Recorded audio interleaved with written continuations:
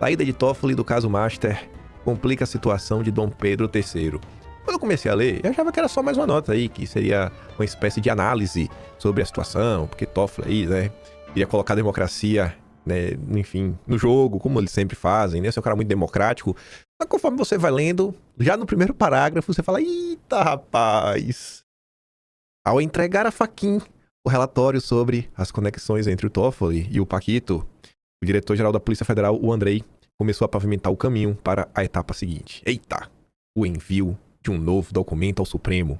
Desta vez, compilando tudo o que há no material apreendido com os executivos do Banco Master sobre ele. O imperador, o homem mais poderoso da nação, Alexandre de Moraes. Eita, rapaz!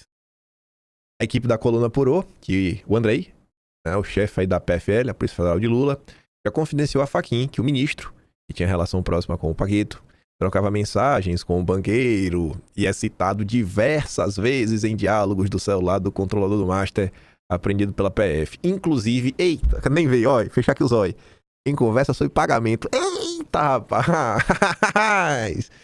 Vocês lembram que lá atrás, quando nasce a história do contrato de quase 130 milhões, que falava que, olha, garante aí que o pagamento está sendo feito no dia. Como publicamos em dezembro, a mulher de Dom Pedro III, Viviane Bastos de Moraes, tinha um contrato com o Master que previu o pagamento de 130 milhões em 3 anos para a defesa dos interesses do banco em diversos órgãos do Executivo, do Legislativo e do Judiciário. Até hoje, porém, não foram encontradas evidências de que ela de fato prestou serviços correspondentes a honorários tão vultuosos. Nem Viviane nem o ministro explicaram até hoje a que se refere o contrato. O relatório sobre Dom Pedro III, porém, ainda não está liberado para ser entregue à Fachin. Mas, caso fosse entregue diretamente a Toffoli, que como relator do caso do Master, tomou diversas medidas que se chocavam com a orientação da PF para o inquérito, o documento muito provavelmente acabaria arquivado. Não é por acaso que Dom Pedro III e Toffoli têm feito uma dobradinha em público e nos bastidores do Supremo. Nos últimos dias, Dom Pedro III foi o maior defensor do Toffoli na corte, apesar de todas as evidências de que a situação do colega se tornaria insustentável. Na reunião fechada dos ministros, que discutiu o caso e acabou com o afastamento de Toffoli do caso a pedido, Dom Pedro III foi quem mais defendeu o colega. E a gente vai voltar nessa informação. Eu vou trazer só esse parágrafo lá na frente. A gente vai falar do Mendonça, bem lá pra frente no vídeo. Bem, daqui a uma hora a gente volta. Com a saída de Toffoli da relatoria, a coisa muda de figura. O caso foi distribuído para o novo relator, André Mendonça, por sorteio. Sorteio, né? Ainda assim, Dom Pedro III tem razões para estar preocupado, porque sua chance de escapar ileso das investigações diminui a cada dia. Malu Gaspar tá tentando, né, colocar esperança no coração dos bolsonaristas, só pode. Cada dia que passa fica mais difícil. Está ileso das investigações. Ah, meu Deus, é muito antidemocrático isso aqui, viu? Pra que lado vai? Mas vamos voltar pro dia de ontem. Vamos voltar pro começo, pra gente não embaralhar as ideias. O dia ontem começava com um dos jornalistas de estimação do Lauro Jardim, do André Esteves, do Lauro Jardim, uma boa nota, boas análises. Aquelas perguntas que geram bastante incômodo. As perguntas que Toffoli deveria responder rápido sobre seu envolvimento com o Paquito. Logo no início do dia. E ainda iria ter mais revelações ao longo do dia de ontem, inclusive com valores. Valores assim, o valor, o número, o possível número envolvido, a cifra. Agora que foi revelado que recebia em sua conta corrente dinheiro depositado pela Maridit, e aqui eu já achei estranho, porque eu não vi ninguém falando que recebia em sua conta corrente. Isso aqui já é o Lauro Jardim que tá falando, né? Fiquei, alguém falou isso até então? Eu não sabia, só sabia que tinha recebido algum dinheiro. Mas aí o Lauro Jardim disse que na conta corrente. Toffoli resolveu vir a público assumir que isso ocorreu porque ele é também sócio da empresa. Pronto. Tirando o fato de que só abriu essa informação depois de ver sua casa cair, Toffoli tem ainda muito que se explicar, né? Se é que explicações existem, deveria fazê-lo rápido. 3 exemplos. As perguntas são boas. Primeiro, os depósitos na sua conta bancária correspondem ao mesmo percentual de participação que ele detinha na Maridit? Um percentual, ressalta-se, até agora desconhecido.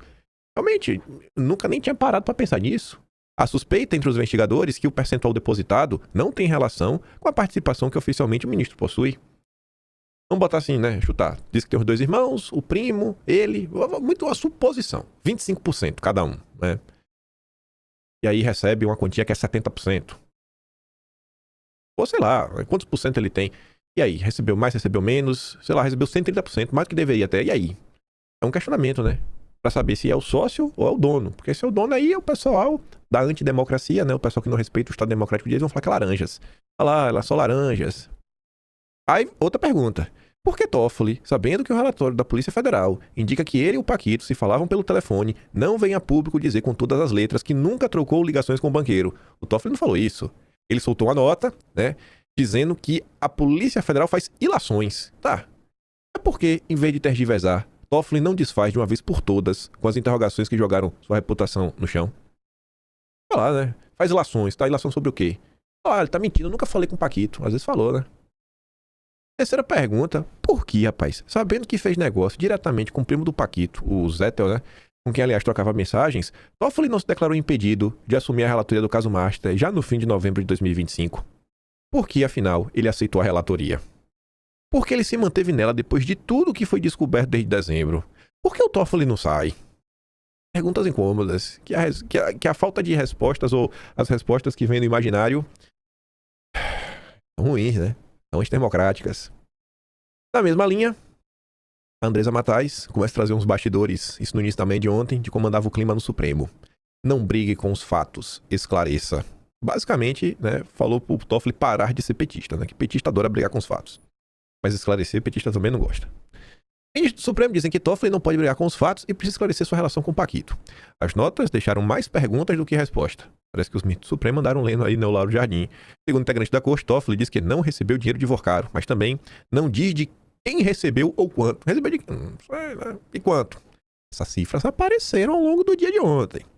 Ministros entendem que é um jogo político nos vazamentos e uma tentativa do governo Lula de se vingar de Toffoli, ainda por causa da sua posição pró-Lava Jato, mas não irão comprar uma briga sem saber onde estão entrando. O perfil do ministro é de se fechar quando está sob ataque, o que dificulta ainda mais sua defesa pelos colegas. Nesse sentido, as suspeitas de que há uma operação para desgastar a corte, operada dentro do Planalto, podem até se confirmar, mas isso será menor do que os fatos caso eles realmente evidenciem uma relação de negócios entre Toffoli e Vorcaro. A máxima na corte é, certo ou errado, não brigue com os fatos, esclareça. Aí no dia de ontem, o Cooper Toffoli publicou a nota oficial, onde no final, ao meio dela, né, ele admite que ele é sócio do Tayaya, né? É isso aí. E várias pessoas nas redes sociais ontem resgataram uma postagem da agência Lupa e recebeu um apoio, né, do Jorge Soros. Aí olha que coisa, 23 de dezembro de 2024. Ministro Dias Toffoli, ele é proprietário do Tayaya. O magistrado não faz parte do quadro societário. Foi uma matéria longa. Que era falso esse vídeo. E eram falsas as denúncias que circulavam no WhatsApp. Do Zap, as pessoas comuns tentando levar a verdade e os checadores perseguindo as pessoas. Mas que coisa, né? Mas vamos lá. Ainda sobre a Maridit, a empresa de Toffoli, que ele é sócio, antes de falar de cifras. A empresa de Toffoli contratou sócio de advogado que defendeu o Paquito. Quem? Sócio do Valfrido Vardi. A Maridit contratou Guilherme Lippe, que é sócio do escritório do Valfrido Vardi desde 2014. Vardi foi um dos principais profissionais da equipe de defesa do Vorcaro, dono do Master, a partir de 2017, e deixou de atuar para ele no final de janeiro. A participação de um sócio de Valfrido Vardi, como advogado da empresa de Toffoli, representa mais um vínculo entre o ministro e um profissional que atua a favor do Paquito. Na ocasião, Valfrido Vardi também contava em seu escritório com a advogada Roberta Rangel, que, na época, era ministra. Era esposa do Toffoli, né? Era ministra. Era quase isso. O nome de Lippe aparece em atas de Assembleias Gerais Extraordinárias dos acionistas. E o Valfrido Vardi é o advogado daquela ação dos partidos de esquerda, que dentro dessa ação, né, o Toffoli suspendeu aquela multa de mais de 10 bilhões. Maravilhoso. É a festa da democracia. Aí ontem, no meio da tarde, a turma da Malu Gaspar, né? Ela e o Johan e ela escreviam: Vorcaro e Zettel discutiram pagamentos a Toffoli 3 anos após a venda de cota em resort. Aí você fica, mas como assim? O Toffoli falou que não, 2021 lá, que foi pago. Mas o pessoal tá discutindo isso em 2024. Não tá batendo essa data, né? O que eu sei é que a Malu Gaspar diz que o relatório da PF entregue ao Fachin contradiz frontalmente a versão do Toffoli sobre os pagamentos relacionados ao resort Tayaya. Então, divulgado nesta quinta, o gabinete do Toffoli admitiu pela primeira vez que o magistrado é sócio da Maridit. O comunicado alega que o ministro recebeu dividendos pela venda da cota para o Arlin, fundo que tem Zettel como único cotista, né, em 2021, mas nega que ele tenha recebido qualquer pagamento do Paquito ou do cunhado dele. No entanto, o relatório entregue pela Polícia Federal a Fachin detalha diálogos entre o CEO do Master e Zettel sobre pagamentos a serem repassados para o Toffoli. E esses diálogos são de dezembro de 2024, ou seja, 3 anos após a venda de parte das cotas para o fundo do cunhado do Vorcaro. Nas conversas, Zé pergunta ao banqueiro como deveria proceder em relação aos pagamentos para o ministro.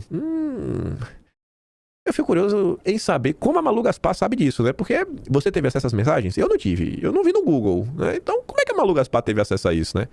Aí você vê aquela nota do Metrópolis, da Andresa Matais, de que existe uma suspeita no Supremo que pode ter uma operação de vazamentos operadas pelo Planalto, né? Você tem a PFL, Polícia Federal do Lula, trabalhando em parceria com a Globo, que é um braço do Lula, né? Um braço do lulismo. Fora que a Malu Gaspar e o Lauro Jardim são os jornalistas de estimação do André Esteves, que goza de uma ampla amizade com o Lula, né? Você viu os últimos dias aí, o Guilherme Amado falando como o Lula ficou feliz com o André Esteves, por elogiar a economia em frangalhos do Lula. Nas conversas, né, Zé pergunta ao Paquito como deveria proceder em relação aos pagamentos para o Toffoli. O controlador do Master respondeu que preferia que os repasses se dessem por meio do Arlim. A partir das informações contidas no relatório da PF, Toffoli terá de explicar qual a natureza dos pagamentos discutidos por Vorcar e Zeto no final de 2024. E aí, a Débora Bergamasco, da CNN, coloca assim um valor, uma cifra, possibilidade, ninguém sabe, que Vorcaro teria relatado pagamento de apenas 20 milhões à empresa de Toffoli. Ainda não há provas. No entanto, se fatores foram efetivamente transferidos ao magistrado ou a intermediário, né? 20 milhões.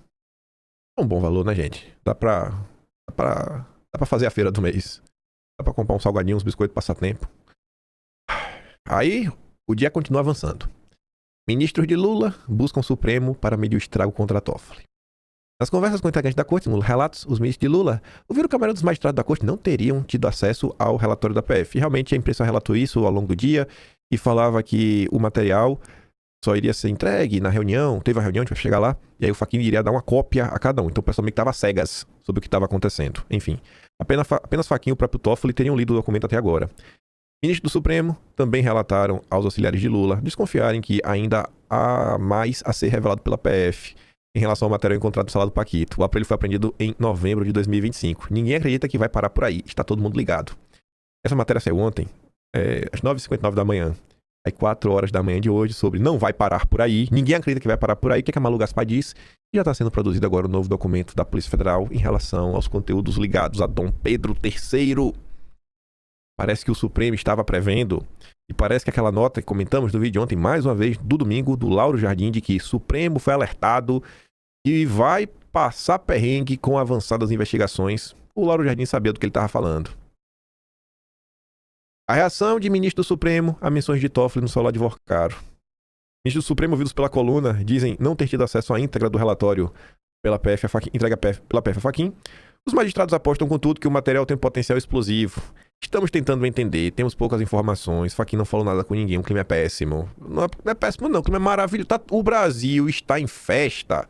Está em festa. O clima não é péssimo em nada. A aposta entre os ministros do Supremo é que a PF tem mais munição contra Toffoli e outras autoridades, com base nos achados do celular do Paquito. Ninguém acredita que vai parar por aí, diz o ministro. O Igor Gadelha, ele pergunta para os ministros petistas o que eles obtiveram de informações com o Supremo, essa matéria, e aqui o Igor Gadelha entra em contato diretamente com o integrante do Supremo sob reserva. Aí vem o Paulo Capelli, né? Petistas dizem que Toffoli tem uma única saída para evitar o tiro do peito. Matéria pesada, né? É um ataque às instituições essa manchete. Dirigentes do PT avaliam que Toffoli tem uma única saída para evitar levar um tiro no peito que seria dado pela própria corte. Em conversas reservadas, petistas avaliam que Toffoli deve, o quanto antes e por decisão própria, afastar-se da relatoria do Master, uma vez que a situação teria ficado insustentável após menções a ele no celular do banqueiro Daniel Vorcaro.